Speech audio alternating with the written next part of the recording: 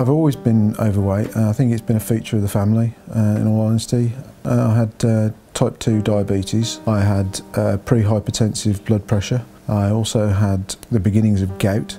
I was in a pretty bad way. There was a fairly narrow corridor that life had become. The world, without even realising it, had just become smaller and smaller and smaller until it just comprised of my living room. I'd previously stood on some scales. I thought I knew how much I weighed, and it wasn't until I went into the group and I stood on the Slimming World scales that I realised how bad it was. And I went home and started writing down how I felt about it, and by the end of it I was just crying, and I just sat there crying for ages. And even then I didn't know whether or not I'd be able to do it. I just looked at it and it was such a massive mountain to climb, I didn't know where to begin. The group to me is the most important thing. I've shared a lot of the successes that I've had with people in the group and formed friendships outside the group. You can cook an awful lot that you used to eat in a way that's healthier.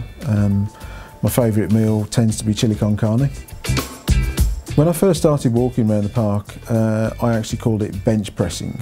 The park that I started going to was quite good because it had a lot of benches, and as you walked around it you could take regular breaks, and in all honesty that was what made it possible.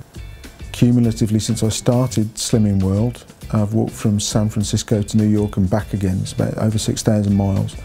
My health is fantastic. I have become fitter than most people that I know, younger than me.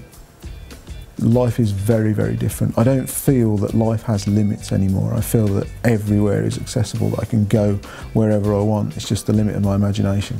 I do feel proud of myself. I feel proud for what I've accomplished, and I didn't think I could do it.